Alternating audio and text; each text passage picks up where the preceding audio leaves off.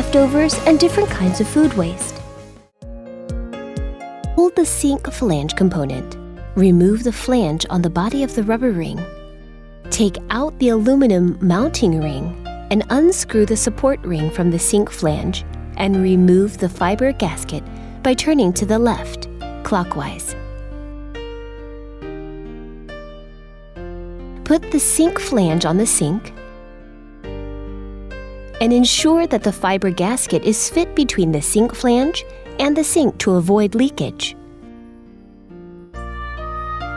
If you use the sealant or other sealing materials, top of the sink flange should be parallel and level to the bottom of the sink, or slightly lower than the bottom of the sink.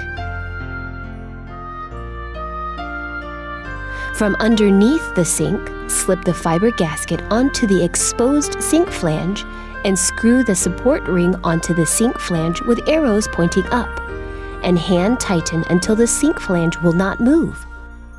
After that, please insert the stopper into the sink and fill with water to check the sink flange seal and ensure there are no leaks.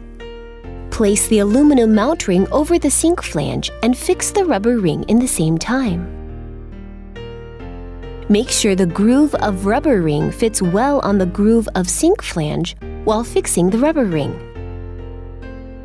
Run your fingers around the entire rubber ring with slight pressure to ensure no rinse and without other problem. Find the water pipe, rubber sealing ring, fixed plate, and screw from the attachment, installed in accordance with the instruction manual.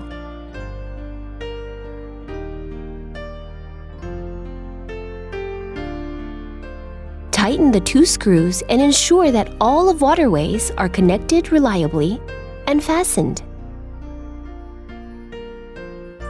Mount ring slots. In the same time, turn the aluminum mount ring about to the right.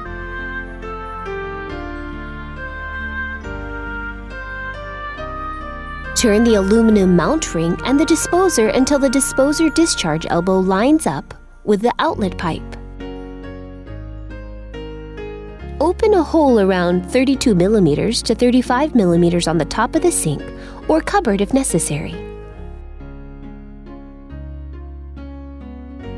Check the components of the air switch before installation. Connect one side of the flexible pipe to the switch button and the other side to the air switch. After that, fix the air switch on the cupboard. Power on and off for checking.